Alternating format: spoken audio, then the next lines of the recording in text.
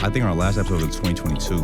I forgot actually what month it was, but why does it feel like a lifetime ago, bro? I don't know, yo. It feel like a lifetime ago, but the shit was legendary. The shit was still legendary. I think it was. Yeah, it was one of my favorite podcasts I ever did. What other pods did you do? Man, I did the Not Another Podcast before. I did a podcast a long time ago with Lex. The interviews I used to do for like allhiphop.com and stuff, they would sit down. They felt like podcasts, but it was written articles. But like this one really gave me a chance to like, really get the shit off. You know what I'm saying? We were talking about it on live. Like, I don't know if you remember. Actually, were you here for his last pod, Karen? So we started out the pod talking about I think it was like a mass shooting at Walmart. Yeah. And I was just watching some of the pod like the other day, and I was like, bro, I literally forgot about that.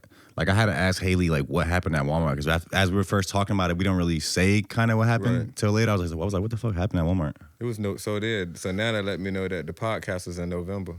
It was? Yeah. Okay, so you remember what month that was in? Yeah, because it was around holiday time. I was like, dang, that shit happened around the holidays. Yeah. So that was a cool one. We touched on a lot of your story on that one. I feel like so people want to go back and watch that. We can kind of maybe we can refresh on some shit too. Right. But what have you been up to since then, bro? I feel like I've seen you at a few spots. Yeah. You've been kind of like saying you have this shit coming out, like some new shit on the way. You haven't really said much about it. Right. What have you been up to, man, since Man, I've really been planning, man, trying to, make sure the vision that I have for like me and the people around me, they come into life, you know what I'm saying? It ain't no cookie cutter shit on what I'm trying to do or what we trying to do. So like everything takes like quality time, good thinking, and patience, especially when you're trying to assemble a team of people to make, something happen. You already know how that could go. And I feel like the bigger your team is, the harder it is. Because it's like you have to get more people on board, more people like you got to work with more people's schedules. Like it's I think it's more. Yeah, you right about that. But I think what I'm doing or what I learned to observe from the inspiration is like the system. You know what I'm saying? Like what do you mean a system? Like the San Antonio Spurs. It's like they had a system since '99 that maybe it stopped working like 4 years ago because the people went away, but. When you have a system, it don't matter who you put in it. You know what I'm saying? The shit gonna work. So what do you mean by the Spurs system? The Spurs system, the offense. What Popovich created with the style of offense that they play. How it went from Tim Duncan and David Robinson to it came down to LaMarcus Aldridge, then it came down to Kawhi Leonard.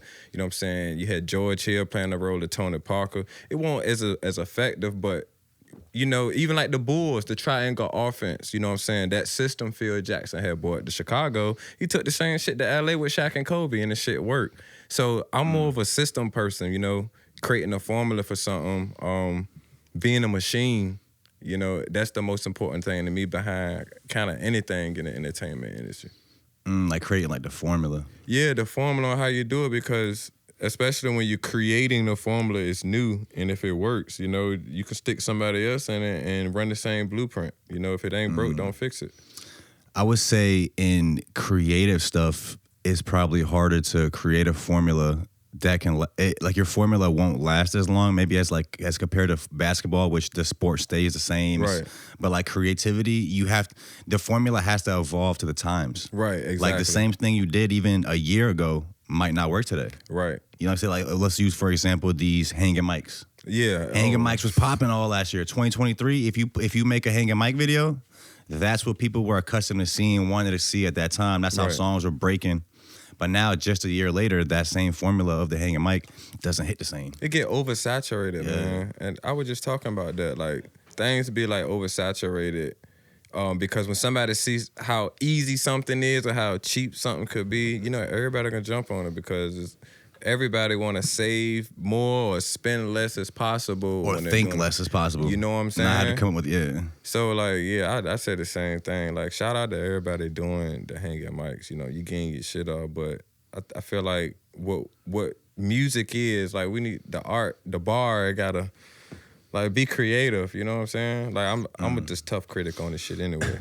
Yeah, I think there's definitely room for improvement in the actual music that artists are dropping, but I want to see an improvement in the media too. Yeah. I feel like hip hop right now. What's the media of? What's the new generation media of music of hip hop? You got the legends. You got Joe Budden. You got academics. Right. You got $1 million with the game now. Right. But they're not breaking artists. On the radar, from what I see, is pretty much the only people breaking artists. Right. And I mean, even their content is not that like extravagant. It's just somebody rapping on the mic. Right. So it is what it is. It's working. I commend them for that. Right. But I don't think that's like the top tier level of what media could be for the space. Right. And it's crazy you say that because, like I said, I be missing all of that, especially like where I come from in music when, you know, it had hits from the streets, 106 in Park, you know, even the Room Raiders, even TRL. I say all that to say, like, you know, we doing a podcast now, but it's the thing when I say about we need to be more creative with the art, you know, bring that back. Because the answer to your question, Cast or Not is probably the closest thing probably to one of the top platforms in breaking artists or playing music or just people tuning in because, like, this shit evolving.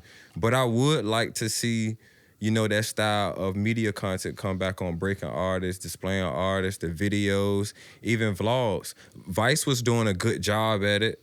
At one point when Vice first came out, they did, you know, the cooking shows, the new artists, documentaries and all of that. Genius. But I think everything is becoming so fucking microwave now that like I said, people just want to think less and just give the people something just so it could be out and hope it take off rather than be strategic. I just think it's funny looking back or just looking at how the times change. Right. Like just how we saying some like things will stop working. Even like for another example of things that stopped working, for like maybe 5-7 years before now, it was cool to copy people. Right. You could literally make music that sounds just like somebody else's music, and if it sounds decent enough, you will have a fan base. Right. Nobody will call you out on that. Like, yo, you sound like this person. Right. You really just take the whole swag. But I feel like even that's not working anymore.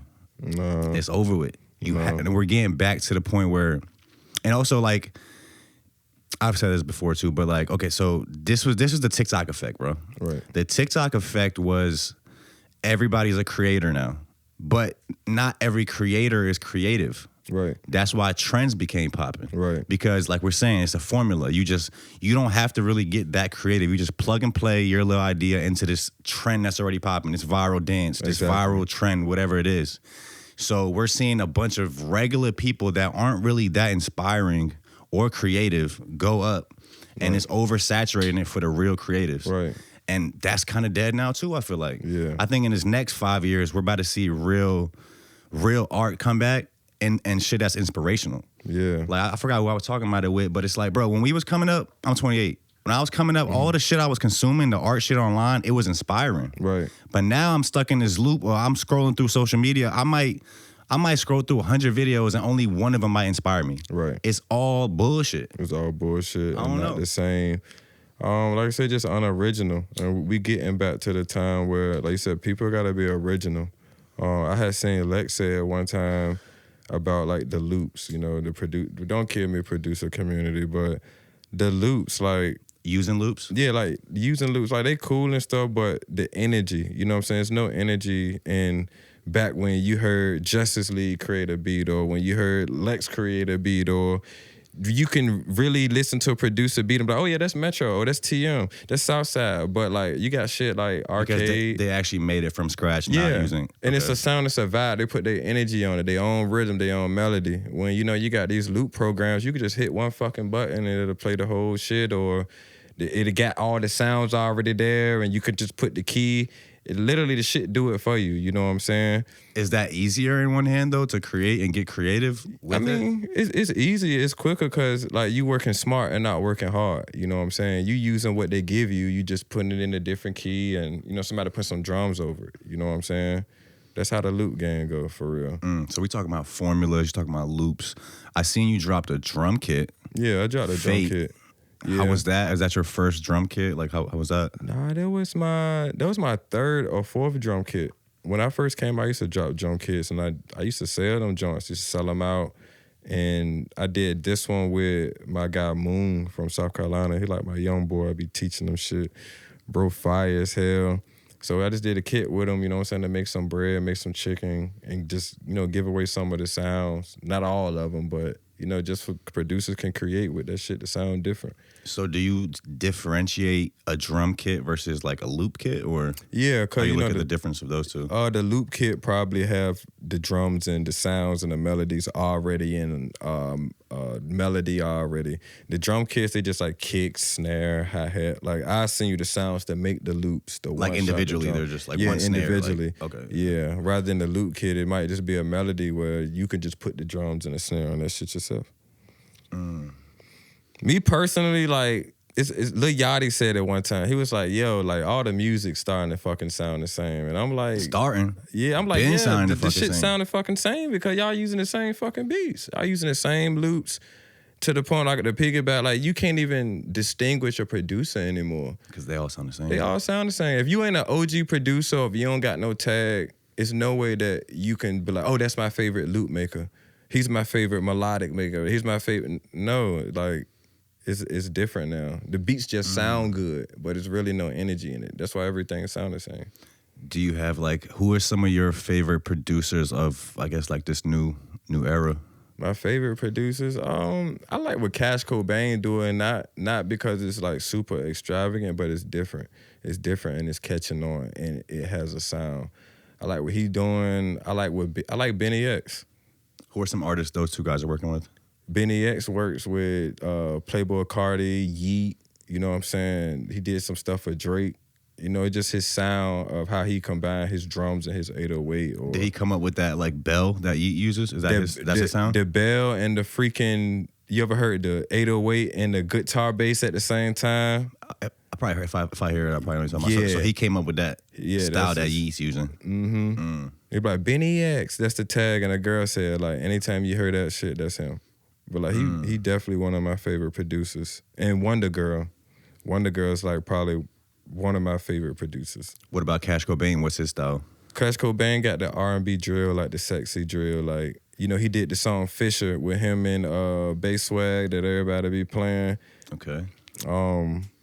But yeah, just the sound of it, man. It's a New York sound, and he's freaking everywhere right now. So shout out to Cash Cobain. So has it always been that producers are really the one that was creating these like styles? Yeah. That people really love, that kind of get contributed to the artist? Yeah. But a lot of times I guess it's the fucking producer really doing that shit. Yeah, because like I said, when I was coming up, man, through like MySpace and shit, like that's when like Lex was first getting on. Like you had Lex, you had fucking Young Chop, you had Metro, Sunny Digital, TM and Southside.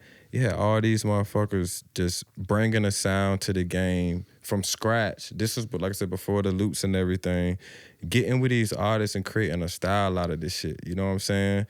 When Mike Will went on that run and he did Kisses Down Low for like Kelly Rowland and Pour It Up for Rihanna, like everybody was trying to make beats like that. Everybody was trying to use the phaser on the fucking beats when it first came out. Just something Mike was doing because that's what he thought that sounded good. So that's what I miss about producing. Even like with the Pharrell and Timbaland, like they sound so crazy because they had to create that shit. It's they sound. Rather than if you didn't like it or producers, you can feel me. Producers be sending beats to artists all the time and it be dope. And the artists will say, yo, this shit fire. I just don't know what to do with it. You know what I'm saying? Like we said earlier, but they rather think less. They may not be the case for everybody, but it's like when you hear something so much and it gets repetitive, like you just become content with it because you want to be the best at what's in right now. But I always say like I haven't, you can correct me if I'm wrong, you can crucify me, all of that, but the last superstar I feel like we had was Travis Scott. Like other than Yeet is Travis Scott. And when I say superstar, I mean a sound, pop culture. He got the shoes, the Fortnite, the merch, the brand. It was just so different. Like when he first started coming out, I feel like fucking time stopped every time he dropped.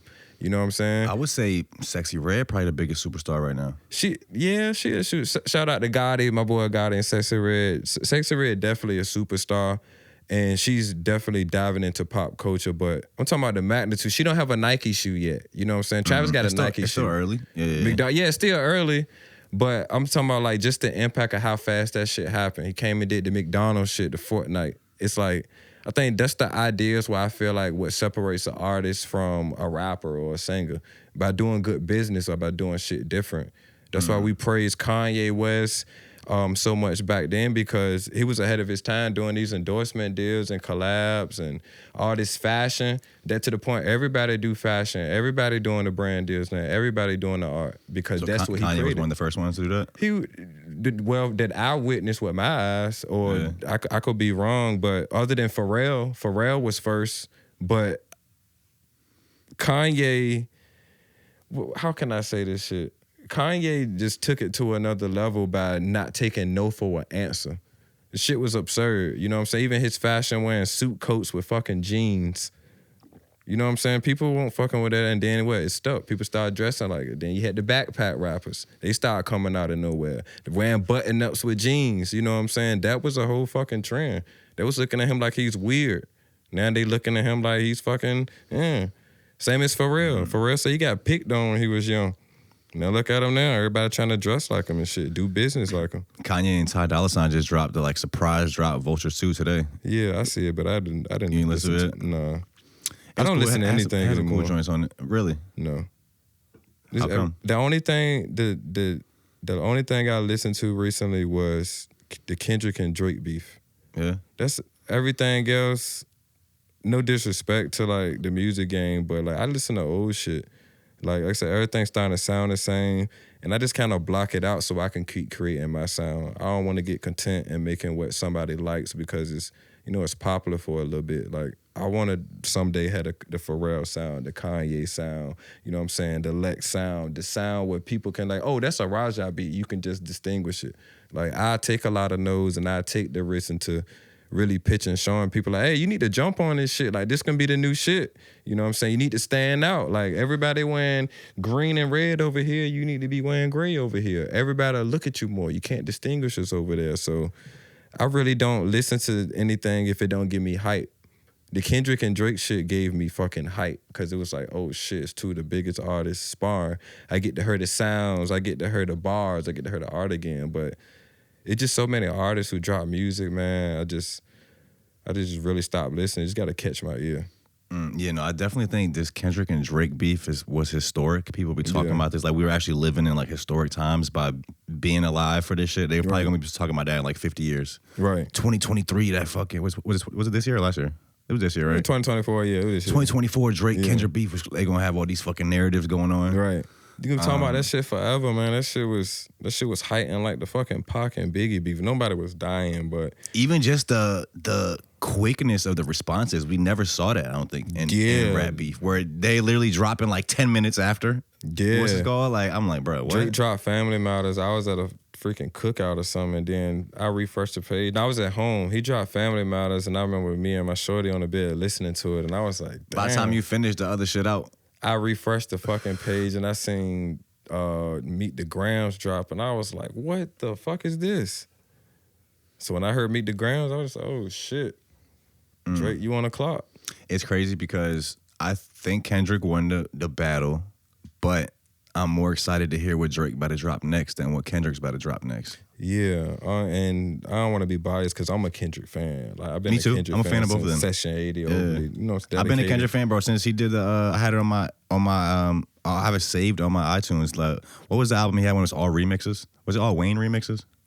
Damn, you went far back. That's the first. He used to love Wayne. That's the first project I got from him, on my iTunes, on my phone from those times. Shout out to K-Dot. We might have to play some of them shits later. I was gonna also ask. So we're talking about music sounding the same, just kind of on that point, but from a fan's perspective, is it inevitable for these songs that blow up and become just known by people and loved by people? Is it inevitable for them to sound similar, or are fans ready, or would they accept if every single song that blows up sounds totally different than the last one? Would that even work? You know what I mean? No, it will work, but it'll get boring. You know what I'm saying? That would get boring too because they all sound different.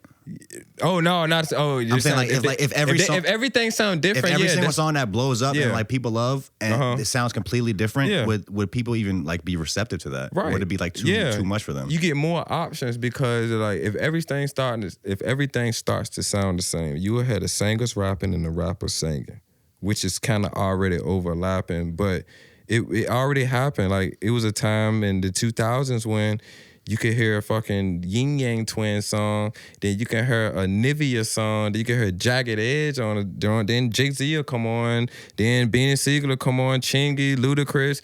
You just had options for real. The only problem was you probably wanted to hear your favorite song over, but it was so many songs to play. But it's possible to have these different types of songs and still be able to vibe and create and produce more artists, because when you limit it, man, you don't have room to breathe. You don't got room to create. It's just oversaturated. Every time somebody say, yo, I rap, I produce, you like, I don't want to hear that. You know what I'm saying? I'd rather hear somebody say, yo, I wash whales. Wash whales? That's different. Sound different, don't it?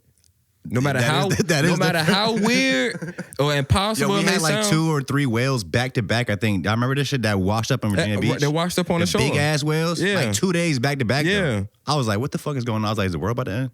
Oh, Leave the World Behind was dropping some breadcrumbs for us to sound like. And I didn't even know them were that big, pause. Like, it was like a fucking school bus. Yeah, it's literally. Pause, yeah, right there. Yeah, I was looking at videos on whales exploding. Like, if you don't get them out of there, they'll blow up. Off the shore? Yeah, if you don't get them off the shore, all the gas in their body, they'll fucking explode. That's crazy. But look, I'm going to be honest, bro. This past like 4 or 5 months, I haven't been listening to hip hop like that. I got bored with it. I've been listening to rock again. See? I've been listening to 96.1 alternative rock. Bro. Back on that early 2000s alternative rock shit. I'm ready for rock bands to come back. Why? Because it gave you energy and feeling, right? It's a feeling. I'll be honest, bro. This new hip hop shit, it doesn't have any soul to me. Right. It just feels like, I don't know. I can't really explain it, but there's no feeling there. It's no just art. Like, it's just like, I don't know. It's like what Batman said. Me and Batman had this conversation one time. On the chalkboard shit? Yeah. A lot of artists see the artists that's successful and what they're doing. They do it and imitate it, but they don't know why they're doing it. And it's not anything bad, because that's when, you're supposed to be researching the game. You're supposed to be researching the rules and how much it changes and what you're supposed to do, and just the importance of marketing. And just understanding this shit in simplest form, you know what I'm saying? But it's a lot of artists who just see shit working and they do it because, like I said, they gotta think less. Rather than, it's like what I do with my team, like, I'd rather sit down and try to do the impossible shit to do it so somebody can see it and imitate it, because that's something that we left for culture to create. Whoever created that fucking microphone hanging there, whoever shot the first video doing that shit, I know they probably looking at this shit like, damn, y'all done ran off on my shit. I feel like one of the first ones was, remember that guy that everybody was joking on because his head was big, or like his hair was big? Which one was that? It was a light-skinned dude, and he had a fro, but it was like, it was on the back. The back of his head, like, hair went like real far back. Superstar Pride. Oh yeah, and yeah, everybody was yeah. making all the memes with like just random shit. Oh yeah, okay, yeah, I remember. Yeah, that might have been one of the first ones to actually go viral. It probably was, because that shit started blowing up. Everybody was just taping fucking water bottles and shit to their face. I did one with shit. Larry. With Larry, I did an animation. I taped like a plane to the back of his head. Yeah, yeah, like a whole plane. Yeah, but yeah, I don't know. Superstar Pride. I don't even know if I could shout. But yeah, out. people imitate stuff, and I think that's because that's what you do when you first start out. That's normal. Right. When you're a beginner at something, you copy and you try what you see. Right. That's all you know. So maybe we've just been on a run of a bunch of beginners blowing up. Yeah, and that's like, because as you keep making, you make music for 5 years, 10 years, you eventually develop your own style if you're any good. Right. So maybe we're just having a bunch of people that are just getting started, get lucky, blow up, and now they're kind of like stuck in that style and they don't really evolve. Let me ask you a question. In the last 10 years, who would you consider a legend without naming Drake, Wayne, Jay-Z, Thug? Who out of the new school in the next 10 years did you consider a legend? The last 10? Yeah, without naming like the OGs, the Thugs, Thug and Up, people like that, you can't name them. Who's a legend? I don't know. What do you guys think? Uzi? He's up there.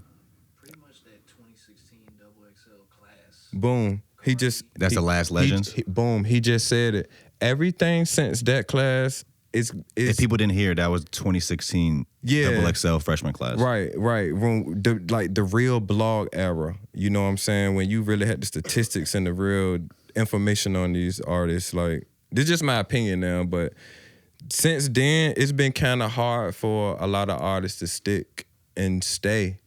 Do you think? Well, why do you think that is? Is that because the game has changed? Is that because labels have made it harder to break through? It's not the artist's fault. It's I don't want to blame. Or is the that labels. because they're actually the talent just isn't there? No, the talent's there, but I think art development being taken away from the labels is really hurting the potential of a lot of artists. And I say that because they'll rather take the artist with the hit, probably with no longevity, no fans, because it's going viral at the moment, rather than, you know, somebody who's been working years, got a real fan base, but don't know where to go to start it. You know what I'm saying? Or a label don't want to take a chance on a lot of artists who don't got no fucking money either. You know what I'm saying? Like, YSN Capo, bro from out here, my young boy, he been working for so long, right? I just seen a video of bro at the Nova yesterday, and they was singing his song word for word in the fucking Nova. Packed this shit. You know what I'm saying? While he was performing everywhere, he get love from the artists around here, and I just feel like he deserved to make it. But I feel like what was taking him away is, I feel like don't nobody want to take a chance to teach him and show him this shit. Like, hey, this what you supposed to be doing. Hey, this my man's right here. You know what I'm saying? This is who you supposed to be talking to. Like, and we can't blame that on the area. Like, I just feel like if we had more information on how to do this type of shit and stick to the doing good business, because we already make great music out here. We just need to know the outlets on how to activate the plug for real. That's the only thing. So you think there's still, I don't want to say gatekeepers, but there's still certain people that you have to work with or be with to take it to that next level? Like, are you saying it's over for the going viral on your own and just being independent? I mean, I always say you can't plan viral. I always say that. No matter how much you want to do something crazy, you just can't plan viral. But I just feel like my point is really like I don't even know if labels can do it anymore. I don't know if there is a structure or a system that can blow an artist up anymore.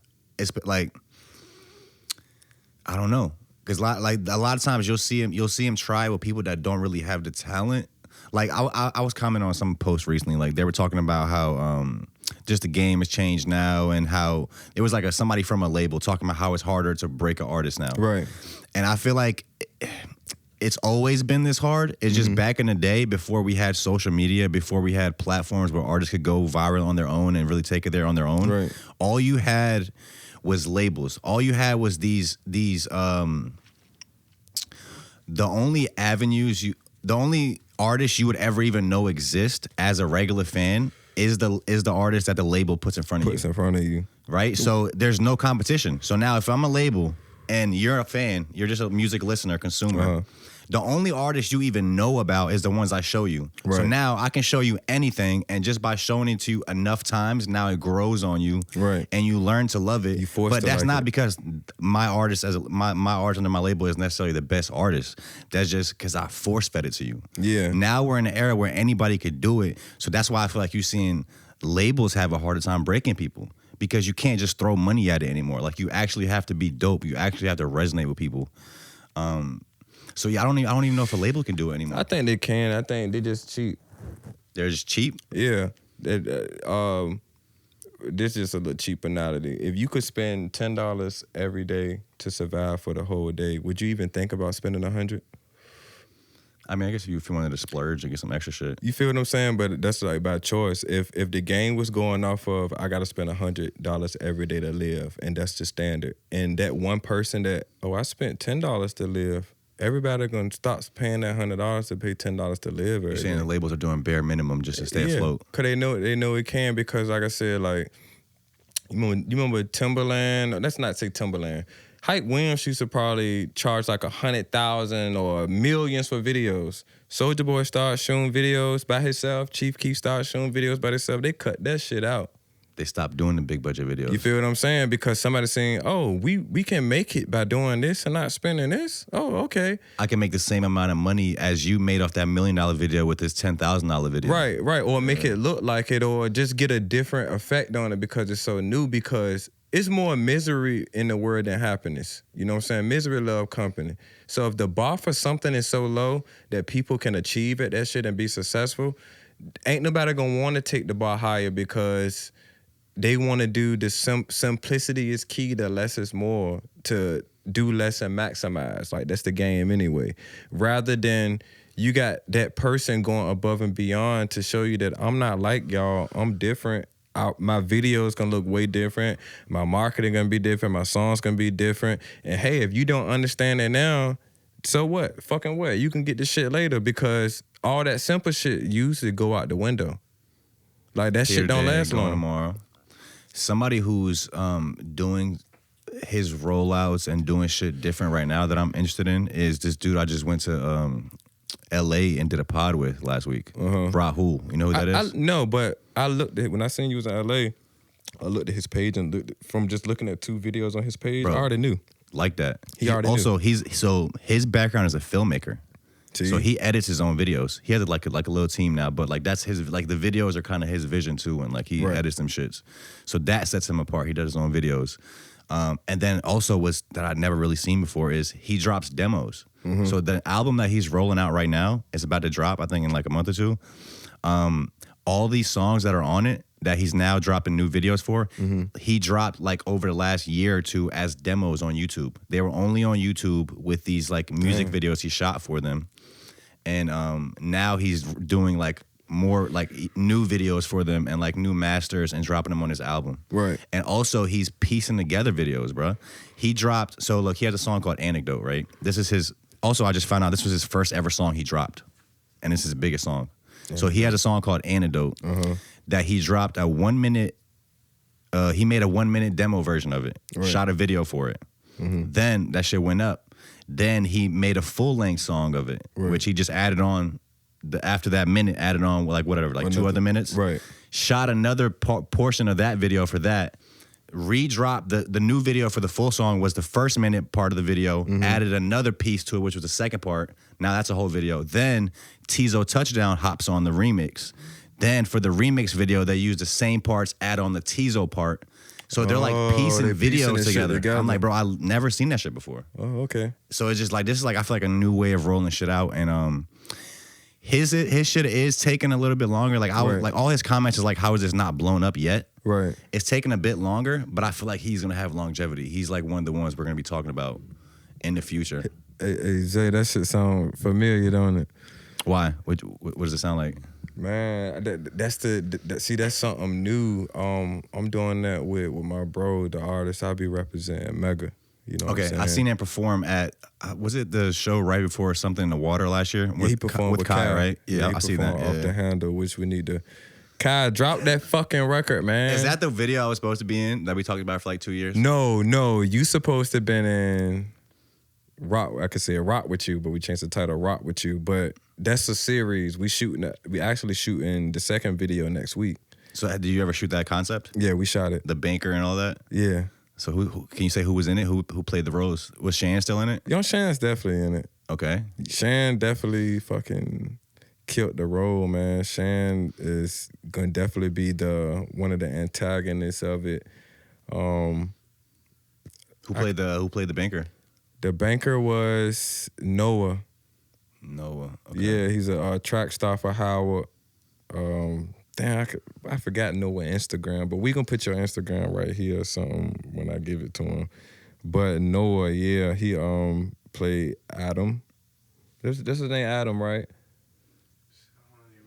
Yeah, too, a lot going on, but like, man, the whole series is gonna be crazy, and just fucking Mega as an artist is gonna be crazy. It's a series that's like a show, like a short form show, but it's all music videos. Yeah, it's gonna be like Aesop's Fables or Tales from the Hood or Creep Show.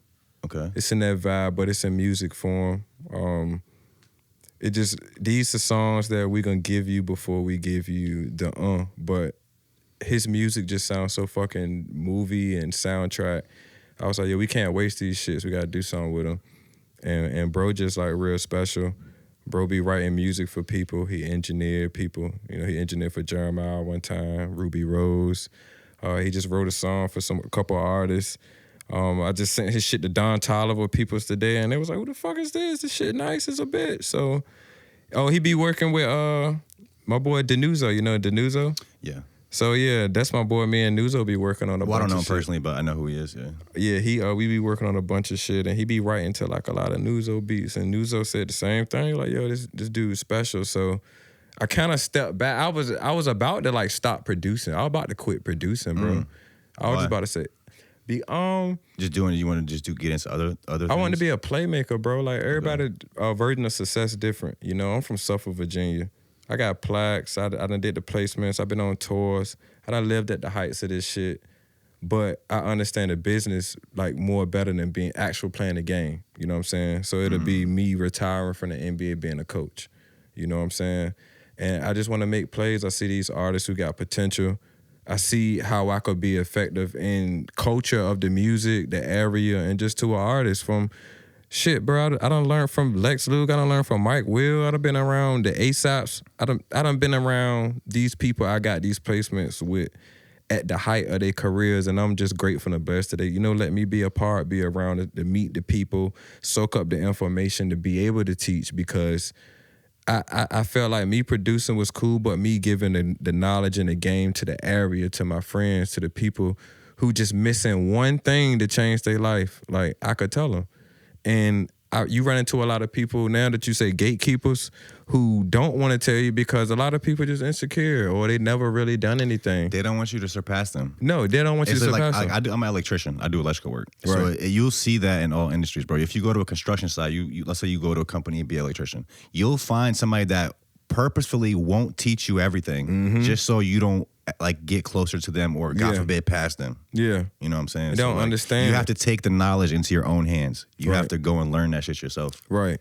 And that's, I mean, somewhat understandable because don't nobody want to help nobody that's not helping themselves. But I think the way I look at it is, if I help somebody, I know they're going to help me. I know the genuineness in it. You know what I'm saying? Like, a lot of times I help people, you know, of course, you know, everybody wants some bread, but sometimes I just do that shit for the love. I'm like, yo, just catch me back. Or, hey, when you do that, let me do that. Yeah, when you help somebody just genuinely from your heart and you're actually not expecting anything, right? It just feels good. It's kind of selfish because it makes you feel good and it is bringing good energy into your life. Now, if that leads to something, if they want to help you in return, like that's a plus. But yeah, I try to get into the habit. Like if I'm gonna help somebody, like just do it off the love. Yeah, it is what it is. Like I think that for our scene right now, I think we spoke on this on the pod before. I think I tagged you and Lex and everybody in it. Mm-hmm. Our producers are really the ones that are working with people outside the area. They're pushing the VA culture like outside the area. I feel like right now, like our artists aren't really collabing too much with people outside.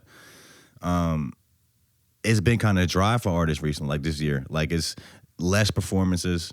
What's been happening is the DJs have been holding it down. A bunch of shows with DJs spinning. People are coming. The club is packed. DJs are holding the scene down. Producers are kind of venturing out for us right now. Right. You see Zell doing a lot of shit. Bandboy doing a lot of shit. You was talking about earlier, producers kind of don't have their own style these days. I feel like Bandboy has his own style. He's one of my favorites. Lex like in a whole new era right now. He's in his whole new run. Bro, so you say you kind of work with Lex. You work with Lex like at the height of his. Man, what is some stuff you learned from Lex Luger? You feel like?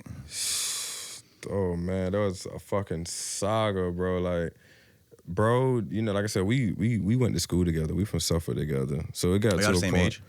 He a year or two older than me. Okay, I think a year older than me. But bro, just he really taught me the work ethic. You know, I started coming back around when I did the Let It Go placement first, and bro came back from Atlanta for Ferg. Yeah, and I was making beats and stuff, but you know, he was like, "Yo, pick me up, let's go to the studio," and I'm like, "All right." Then like, "Yo, pick me up, let's go to the studio," but this is every day, and I'm driving from Suffolk, 40 minutes to go pick him up, then driving another 40 minutes. Was he Newport News? No, I don't want to disclose it. I don't want to say where at because it's kind of sick, but I drive 40 minutes to him, and then I drive 40 minutes to the studio, you know what I'm saying, every day. This was like, I ain't had no checks yet. I had to ask my grandma for money. They're like, yo, can I get gas? I got to go to the studio. Let It Go was already out? This was out, but you know, when when you do an album placement, you gotta wait like 9 months for the royalties. You know what I'm saying? Okay. I got an advance or whatever, but shit came briefly after he came. But he taught me work ethic. Like he told me like, no matter what, yo, you better work. You know what I'm saying? It was a point where when we weren't around each other, we'll hop on each other live or tweet or text no sleep, and you gotta text no sleep back. You know what I'm saying? Because he just wanted it. He was like, yo, if you want this shit, you gotta go get it. You gotta work.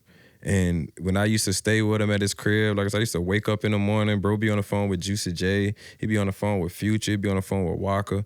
He'd be on the phone with so many people and then just get right off the phone and start making beats all over again, just like that shit ain't happened. So one thing about Lex, no matter what a lot of people may say about him or view him, like, bro is really a good person. He a hard worker and he fucking smart. Like everything he do, he know what the fuck he doing. And like, yeah, bro just taught me a lot. He taught me how to go get that shit. Bro, he helped us out. First of all, I've never met him. Right. I had a podcast with Batman. You touched on Batman earlier. Like, what was this, last year, Karen? We did a pod with Batman and we spoke, because it was like right after Something in the Water where Lex did a setup there. Yeah. And he played an unreleased Wiz song. Oh, yeah, I seen that. Yeah, so me and Batman were talking about it, whatever. I clipped it up, made a reel out of it. That shit was everywhere. I just sent Lex a collab on it. Never even spoke to him before. Never met him, nothing. Right. He accepted the collab. Yeah. I was like, hold up. He accepted the collab. All for that.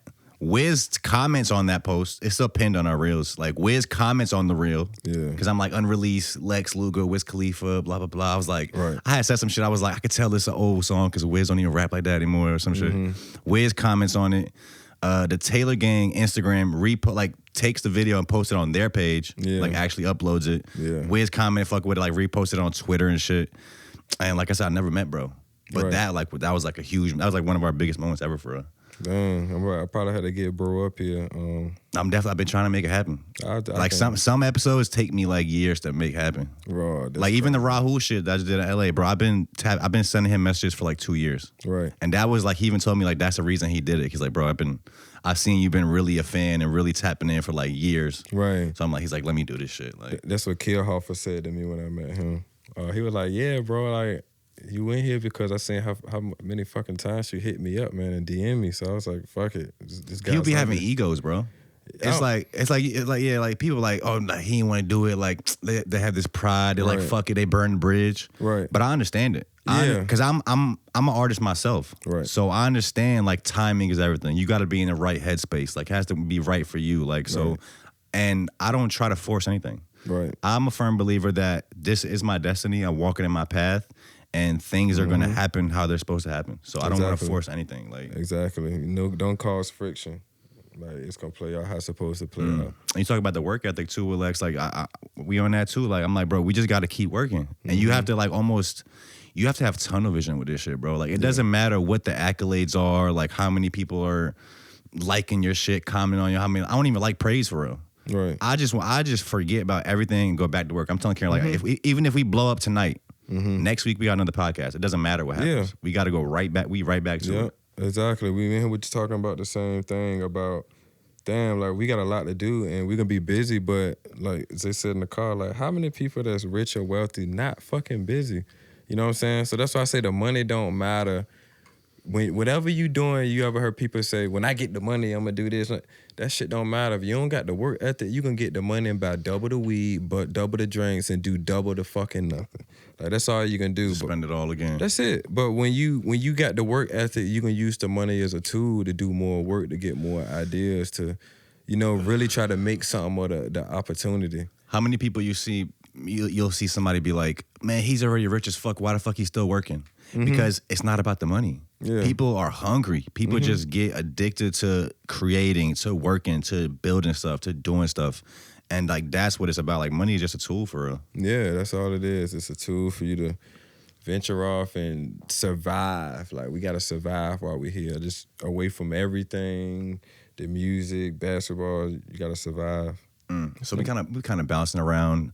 You touched a bit on the Ferg placements. If people want to hear more about that, you kind of went into depth on that on our first episode. Some shit you've done this year. So you did You just went 2 times platinum for Shrem Life. Yeah. You did Take It or Leave It on there. I do want to. You said you want to touch on a story from that. Yeah. You just did Almighty by Al Doms. Al going crazy right now. You did the Drum Kid. We touched on that. You did VA Rep by Naya Perry. Like we're talking about, I think Timbaland shouted her out on his TikTok stream. Yeah, shout out. You did Mood Swings by 24 Hours, Kino Beats, Made in Tokyo's on it. I haven't heard his name in a while. Made in Tokyo, I almost forgot about, bro. Yeah. Do you want to touch on some of this? Maybe we can start with the going 2 times platinum on Shrem Life, Take It or Leave It. How does that feel? If you want to touch on the story, how that placement came about. That shit was crazy. Like, I remember seeing the plaque, right? I almost forgot. I was fucking at home smoking. I went on RIAA because I always check. I was like, man, let me see when I'm going to get this value pack on plaque.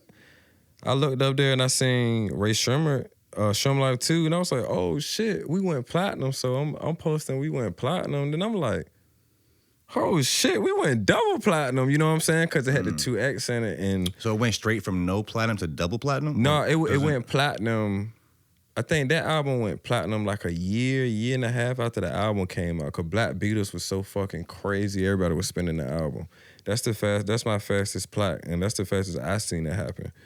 But once we got that joint, 2-3 years went past. No, 3-4 years went past, and then we just went double platinum. So it went straight from platinum, nothing to platinum. It skipped gold. Yeah. How'd you link up with them guys? And I also feel like they have timeless music. Like they're one of them artists that you'll probably still be listening to their shit in like 10 years. Yeah, I don't know. Were they after that 2016 freshman list? Because we'll actually maybe put them in that category. That you said would be a legend. Was before that. Before that? It was before that because it's funny because No Flex Zone was out. I used to hear No Flex. That's the first songs I heard from them. And I wasn't rocking with the song like that. I was like, man, I don't kind of rock with the song. But I was like, I fuck with them though. You know what I'm saying? So I was like, man, I'm going to try to send them some beats. So I just hit up DJ J Shrem email. I think they was in New Zealand. And I was like, man, they in New Zealand. I'm about to send them some beats. I said, they not doing shit. So I sent them the beats. I went outside to smoke a blunt. I came back in the fucking house. And the nigga emailed me back. DJ J Shrem emailed me back. And I was like, Take It or Leave It. Sway. I was like, oh shit, my stomach dropped. Like, I was like, oh shit. I played the fucking record. It was my beat. I heard Sway voice on it. I was like, oh shit, I was playing that shit all day. I was calling people like, yo, Ray Shremmer on my shit. You know what I'm saying? And time was going past, and I remember like Christmas time came and Mike Will had followed me, DM me, and was like, hey, I heard the record. You need to come down here to Atlanta. We got the vlog on YouTube if you want to see it. HighDefRazjah goes to Atlanta with Mike Will. You could type it in. But we went down there. He played me the record. We worked on the record. And, man, Mike was just a good dude to me, yo. He was showing me how to do certain shit on the Fruity Loops, giving me game, just being like a big brother to me. You know what I'm saying? I was going to Tree Sound Studios working. Man, he was working on his fucking album, Mike. I ain't gonna say the fucking name of the album, but bro was working on this album and I was doing some tracks up there, but the songs on it was crazy. If the shit would have came out, the shit would have been definitely a Grammy from the features Mike had on the shit. But just to go back, man, just that whole time, bro, it would just felt like love. I felt that Atlanta love when I was like in that session or just in their presence, traveling with them. They had shows in Washington. They had a show in Williamsburg. And I'm like, yo, I'm here. And I didn't even know people came to Williamsburg. Man, they had a show at William and Mary. I got it on my documentary. I got it on my documentary. They had a show at William and Mary one night. I called my bro Rory up there. Tommy Trill shot the shit. And I just called them. They said, come up here. I waited for them. Shit, we backstage. So they showed me a lot of love from like when we used to work. Like that was my... I feel like No Type is the one for me from them. I was just listening to that like 2 weeks ago. No Type? Man, I think what did it for me was This Could Be Us. And it's only because, I love all the party stuff, but when I heard This Could Be Us and Sway was singing on that shit, I was like, oh yeah, they about to fucking go crazy. Nah, what was that shit he did? It was like the Eminem song remix. Was it on the...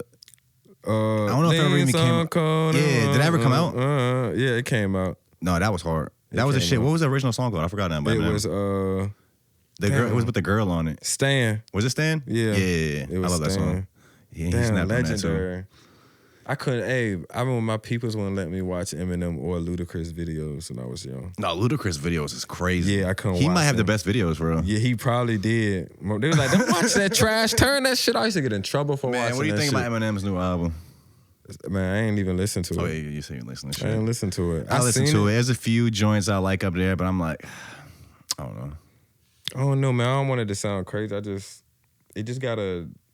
It gotta fucking appeal to me, man. I was a little let down, not gonna lie. For real? And I love Eminem. Yeah.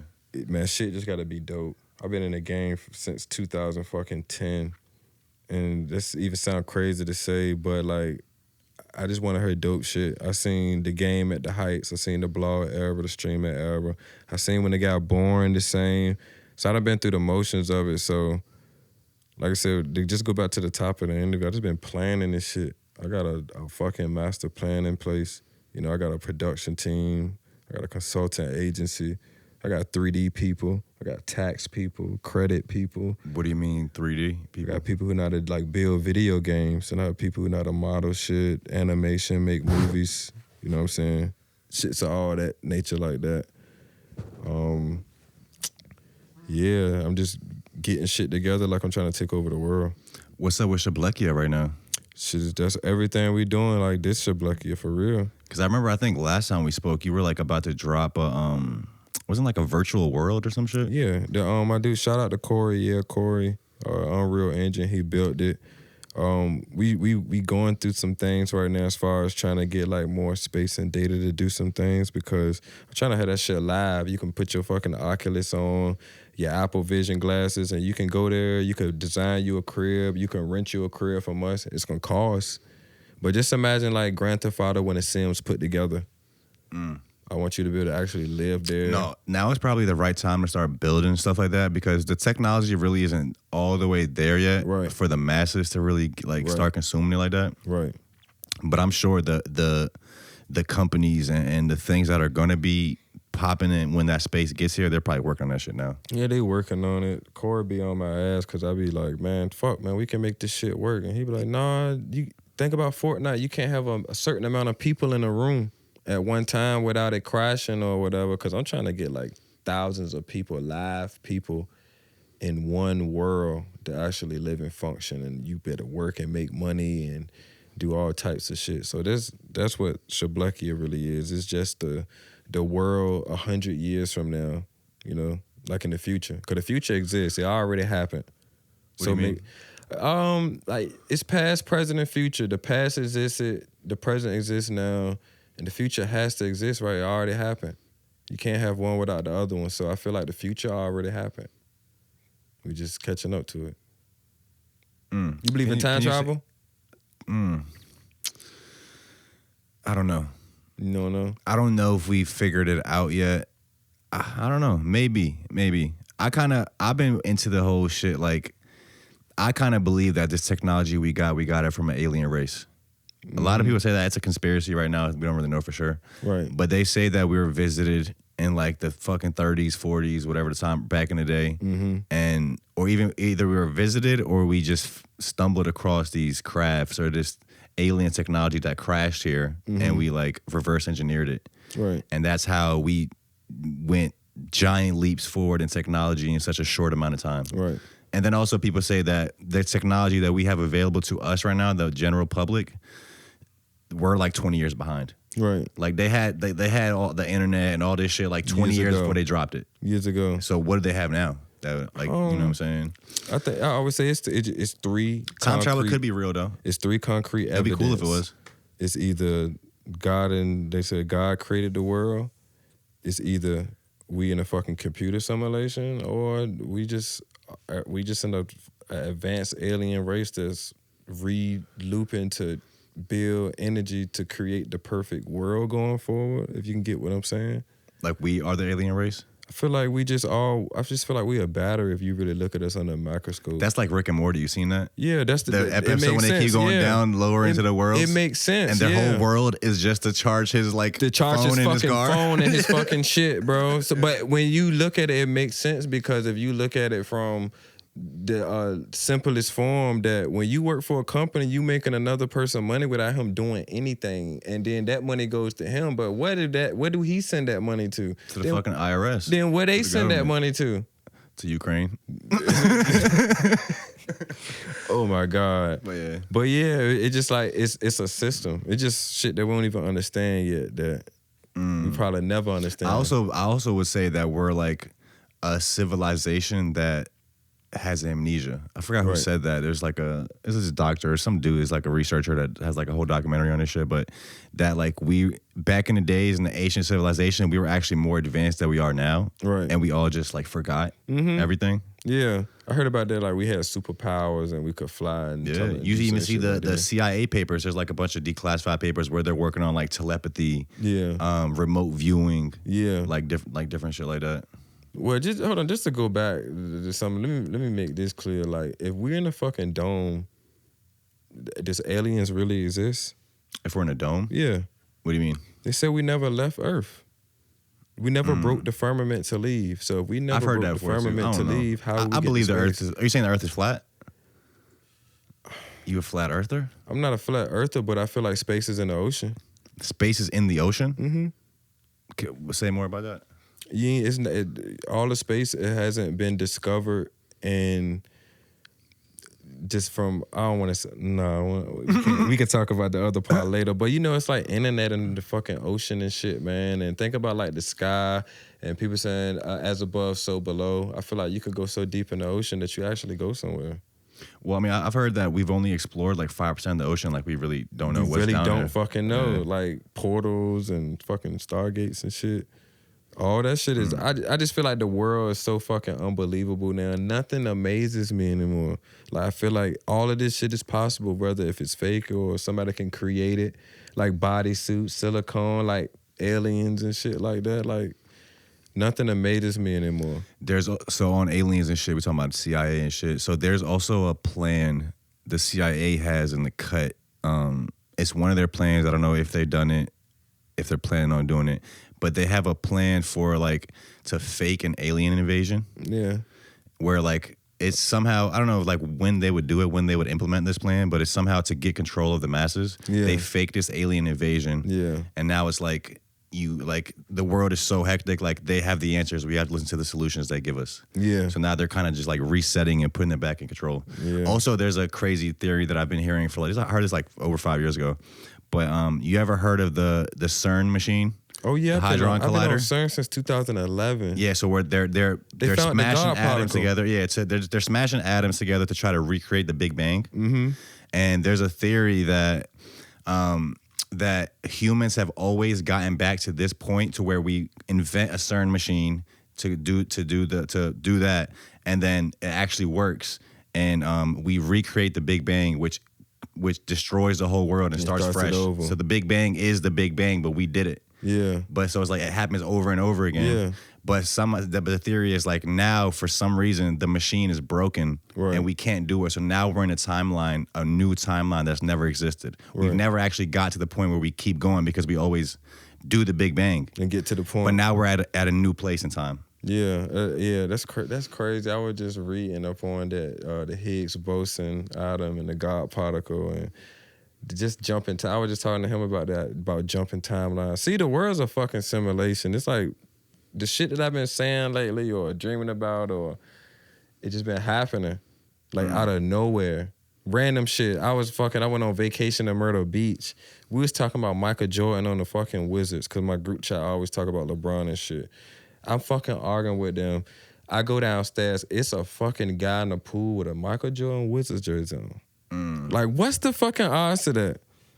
I'm on Twitter last night. I wish I could call my shorty. I'm on Twitter last night, and this is the most randomest shit, I promise to God. I'm listening to Nelly, It's Hot in Here. That shit is on. Great song. And that's knowing he be like, cook gracious, asses bodacious. When he said flirtatious, I actually seen a cartoon dinosaur on my fucking Twitter, and that shit said flirtatious dinosaur. I was like, what's the fucking odds of that? Like, shit just... Or how many times you think of somebody, then they call your phone?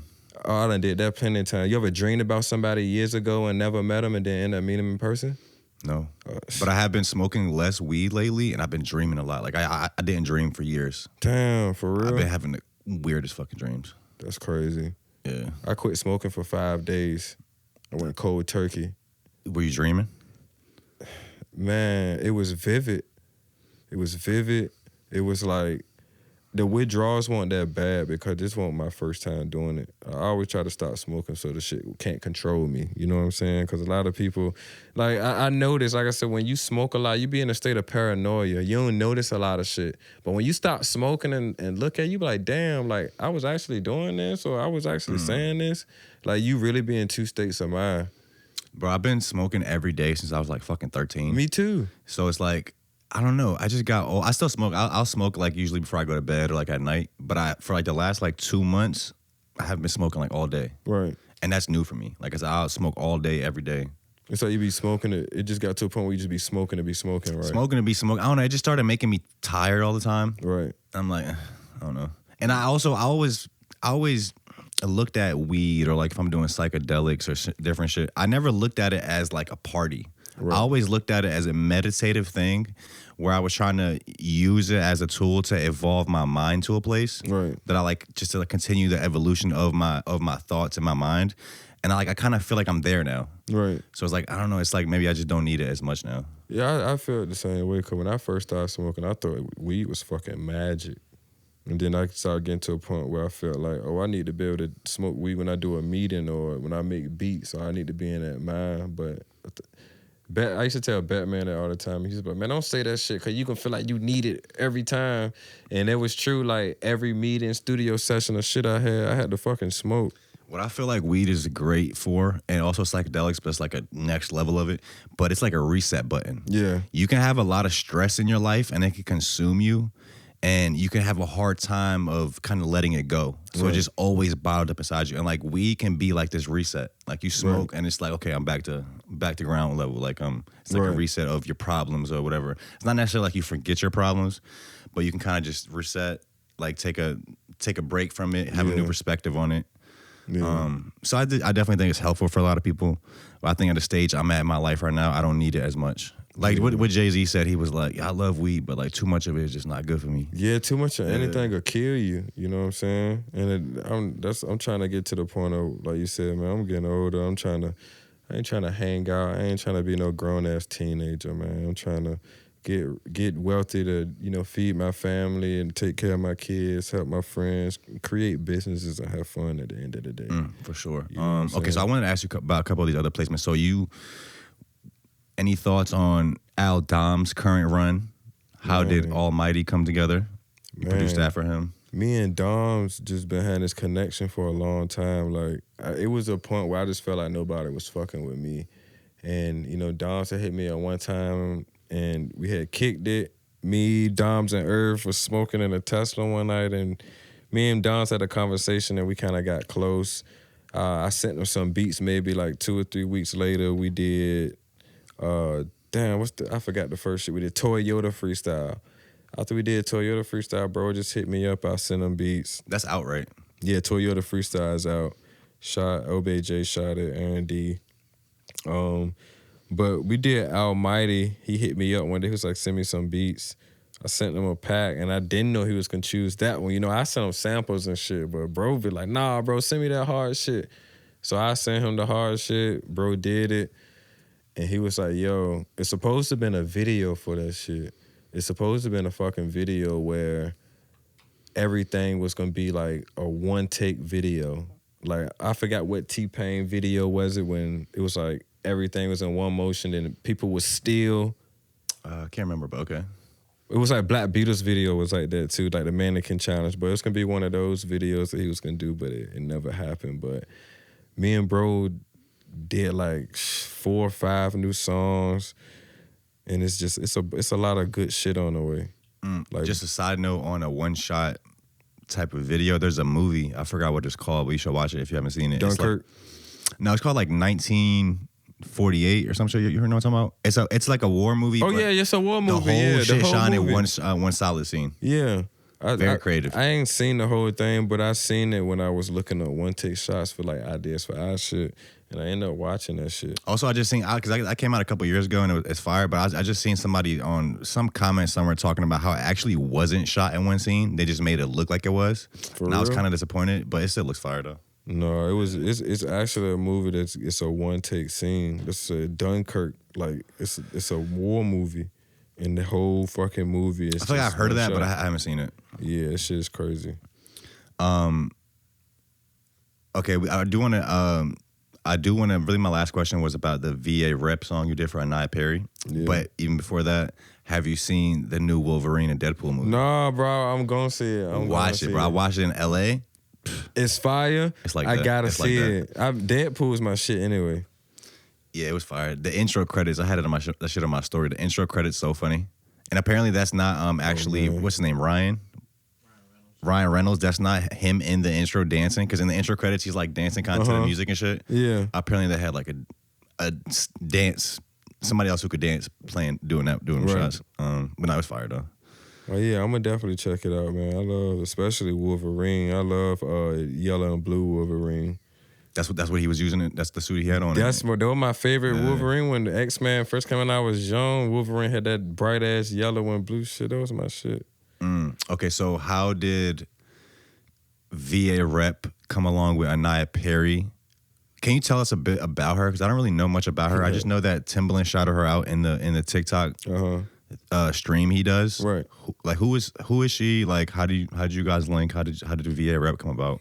Man, Naya's a good person, man. She's a real good person. She's a hard worker, and she's a female artist that really knows what the fuck she wants. She's talented. My boy Cut called me one day. That's Timbaland's nephew. That's my homeboy. He called me one day. Was like, "Hey, I got Naya. Tim fucking with her. Do a session with her. You know what I'm saying? She can come down there." So when the Black Label did the session, did the vlog, and she'll tell me certain things like, "Hey, like I want to sit down and change this about the bass. I want to do this about the beat," and it was just moments I was sitting that shit. I was like, yo, you can be a fucking legend. Like, you can be a legend. You know what I'm saying? You very communicative. Like, you can communicate, rather. You know what I'm saying? You're not shy at all. You got A1 confidence. And she has a vision for her shit. Yeah. And, we did the song. We was listening to it, and the shit was just crazy. It sounded crazy in the studio. I mean, we had plans for a video, and it did, to do a lot of things. It hasn't happened yet. I don't know if it's gonna happen, but I'm willing to do something to make it happen because, man, that's a good ass song.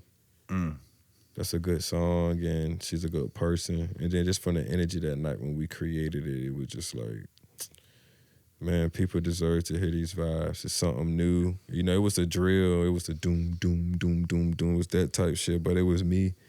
You know what I'm saying? And she one of the artists that really took a chance in working with me, especially on my comeback or what people will say because, like I said, I'm about to get this shit up. So I've been songwriting. I got an album, 2 albums. I'm fine with shooting videos. I make plays on the back end. But, like, when I said I was going to quit, bro, like, I think God showed me and did a couple things in my life. Was like, nah, you can't quit. You got this. Now you got this. Now this coming. Was this after our last pod that you felt like this? Yeah. Or was this before that? This is, what's crazy? When we did the last pod, this is probably like December, January of the new year. I was like, I'm about to hang this shit up. I'm about to go hard with Black. I'm about to make sure Mega good. I'm about to make sure Scar good. I'm about to shoot videos. I was just to that point where music was just changing so crazy. People was just saying, fuck the art. And I'm a person who's a connoisseur of the art. Like, I take this shit serious. So I was like, if y'all ain't gonna take this shit, take it serious, how can I give you the best of me if you ain't gonna accept it? Or how you gonna know when it's the best of me if you don't know what the best is? You know what I'm saying? A lot of mediocre shit that's on right now that people praise is like the best. But it's like, what does that do to the person who really has the art? You know what I'm saying? It discourages them probably. Probably discourages them. Yeah, not even more discouraging, but sometimes like people won't understand me. People won't like it. Yeah, it's like it just got to a or point. People won't even understand why this is good. Right. They just looking at it, or my friend listened to it, or everybody listening to it. So it's all about being accepted. You know what I'm saying? So I was just like, fuck it. But like I said, lately I've just been smelling blood. I've been doing some amazing shit. Smelling blood. Yeah, I've been I, for real. Like you can ask Zay, yo, like I'm a different person. A lot of people probably got judgments about me or they think I'm a certain way, but I'm really born. You know what I'm saying? When I say born, I'm really taking my time analyzing everything I need to do for me and my family and their family and my friends and my businesses to be successful. You know, I'm grateful to have toured and had Giuseppe's and Balenciagas, and I had all that shit 2014, 2015. I done been through the ups and downs. I done been on the drugs. I done been around the bad bitches. I done been around the baddest bitches, you know what I'm saying? But I got kids now, you know what I'm saying? My daughter about to go to middle school. Like, I'm getting older now. I can't. You got a middle school kid? Damn. Man, my daughter going to the 5th grade this year. She'll be in 6th grade next year. But you realize all that stuff that you thought had value really didn't. It really didn't have value. Yeah. All of those is just do this now to get it out the way for you could grow up. Because you can get stuck in that shit. Yeah, I mean, yeah, people be like 40 still. Man, it be 50-year-olds Yeah. out here that still be trying to fuck the 20-year-old girls because they fresh on the scene, because they can dress. Because they could dress like a high schooler. They could dress like a college person. It's like, it's easy to get stuck in entertainment and forget that you're a human. And a lot of people forget that they're humans. That's what I love about Kanye, bro. Right. Kanye always, just I guess as far as the celebrities that I was following growing up, Kanye was the one that kind of made me look at celebrities as humans. Right. Like that was, I don't know, in a weird way. But I definitely resonates with me how you feel like God is kind of pushing you towards a path, like you were gonna quit. You know, you getting these signs to like keep going. Should be working out like that for me too, bro. Like I remember last year, all year I'm telling my mom, because my mom is like, bro, like get serious, like get a career. Like I'm an electrician, but I like work for myself. Yeah. So I just get jobs here and there. Like I'm cool with having less money right now to be able to have more time to focus on this shit. Exactly. So it's like, I'm like, nah, we gotta blow up this year. Like I'm gonna start making money off this shit this year. And she's like, all right, like you got this your last year. December hits. End of December, we get monetized on YouTube. I get my first YouTube check. It's like $500. Right at the end of the year. Then it's like every time I'm like running out of money or like I'm about to go on a trip, like we just went to LA, somehow right when I'm about to go on it, I get a job. Like I get some good money, some money come out of nowhere. Right. So it's like, I look at it like that That's too. the Like test. it's these signs to just keep going. Like right when you feel like, it's like right at that last moment. My mom always told me this too. Like she told me about my music, but it like applies to this too. It's like, it will really happen when you stop thinking about it. Yeah. Like I don't know. It's like a magical thing to it. I think it's like it's a level of fate to it. You can't force it. Like a lot of people, they want to do this shit, but it's not for them. And I get it. Like you want to try it out, but man, I just think a lot of people never gonna make it at this shit. Most people, probably 99%. Yeah, just gonna never make it at this shit. Just gonna be attempting in it and gonna be missing time out on their life or missing time on family time, parties or opportunities. And like I said, I always sit back and think about that shit because I don't want to be the only one traveling. I want my family to go with me. I want people to experience the same shit. So I'm just out for blood now. Like a lot of these people thought I was dead. You know, a lot of people been, you know, saying all this shit. You know, a couple people been talking about me on, you know, the net or whatever, but I got tunnel vision. I don't see that shit. I had a little bit of that this year too. I'm not gonna lie. I don't be saying that shit, bro. Like I ain't even that type of person. I'm like, you wanna try to be tough or you wanna go ahead, bro. Like, just do your thing. You know what I'm saying? I'm over here, I'm raising my kids, I'm getting my business in order, I'm trying to take over the world. You know what I'm saying? And I think now it's the perfect time. And like I said, it's the perfect time to do the interview because this shit about to roll out. You know, the production company, Counterfeit, you know what I'm saying? We shooting on Red with Troc, we got Zay.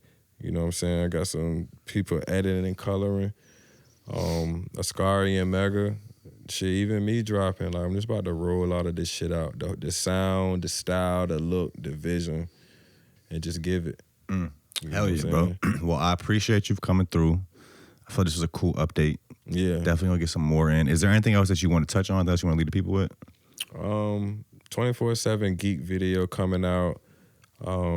Black Tech Consulting is definitely out here. Counterfeit World, followed on Instagram. Yeah, what is that? I don't know about that. What's Counterfeit? Counterfeit is our production company we just started. For music videos. music, film, whatever, documentaries.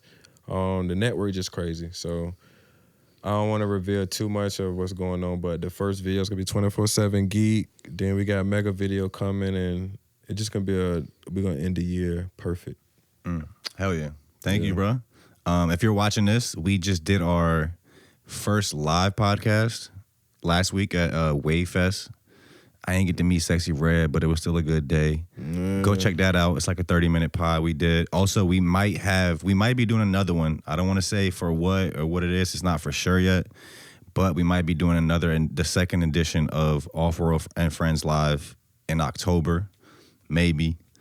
I just went to LA, did a pod with Rahul. That's dropping on August 13th. Check that out. Hell yeah. All bros links will be in the description. Yeah. Talk to y'all soon. Peace.